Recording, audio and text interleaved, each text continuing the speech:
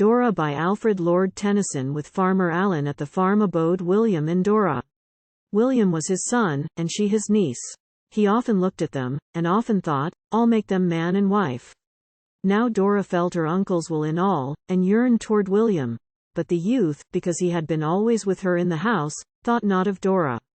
Then there came a day when Allan called his son, and said, My son, I married late, but I would wish to see my grandchild on my knees before I die, and I have set my heart upon a match. Now therefore look to Dora. She is well to look to, thrifty too beyond her age. She is my brother's daughter. He and I had once hard words, and parted, and he died in foreign lands. But for his sake I bred his daughter Dora. Take her for your wife, for I have wished this marriage, night and day, for many years. But William answered short, I cannot marry Dora. By my life, I will not marry Dora. Then the old man was wroth, and doubled up his hands, and said, You will not, boy. You dare to answer thus. But in my time a father's word was law, and so it shall be now for me. Look to it. Consider. William. Take a month to think, and let me have an answer to my wish, or, by the Lord that made me, you shall pack, and never more darken my doors again. But William answered madly, bit his lips, and broke away. The more he looked at her the less he liked her, and his ways were harsh, but Dora bore them meekly. Then before the month was out he left his father's house, and hired himself to work within the fields, and half in love, half spite, he wooed and wed a laborer's daughter, Mary Morrison. Then, when the bells were ringing, Allan called his niece and said, My girl, I love you well. But if you speak with him that was my son, or change a word with her he calls his wife, my home is none of yours. My will is law. And Dora promised, being meek. She thought, It cannot be. My uncle's mind will change. And days went on, and there was born a boy to William. Then distresses came on him, and day by day he passed his father's gate, heart broken, and his father helped him not. But Dora stored what little she could save, and sent it them by stealth, nor did they know who sent it, till at last a fever seized on William, and in harvest time he died. Then Dora went to Mary. Mary sat and looked with tears upon her boy, and thought hard things of Dora. Dora came and said, I have obeyed my uncle until now, and I have sinned, for it was all through me this evil came on William at the first. But, Mary, for the sake of him that's gone, and for your sake, the woman that he chose, and for this orphan, I am come to you. You know there has not been for these 5 years so full a harvest. Let me take the boy, and I will set him in my uncle's eye among the wheat, that when his heart is glad of the full harvest, he may see the boy, and bless him for the sake of him that's gone. And Dora took the child, and went her way across the wheat, and sat upon a mound that was unsown, where many poppies grew. Far off the farmer came into the field and spied her not, for none of all his men dare tell him Dora waited with the child. And Dora would have risen and gone to him, but her heart failed her, and the reapers reaped, and the sun fell, and all the land was dark. But when the morrow came, she rose and took the child once more, and sat upon the mound, and made a little wreath of all the flowers that grew about, and tied it round his hat to make him pleasing in her uncle's eye.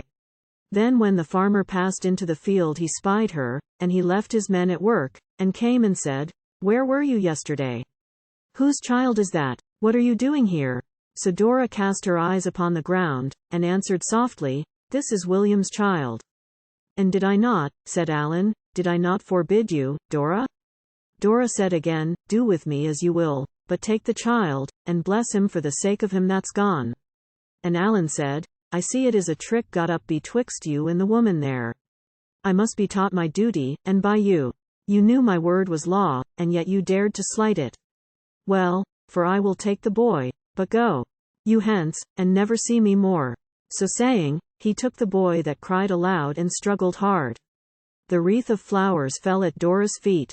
She bowed upon her hands, and the boy's cry came to her from the field, more and more distant. She bowed down her head, remembering the clay when first she came, and all the things that had been.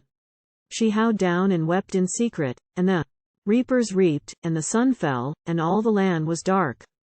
Then Dora went to Mary's house, and stood upon the threshold. Mary saw the boy was not with Dora.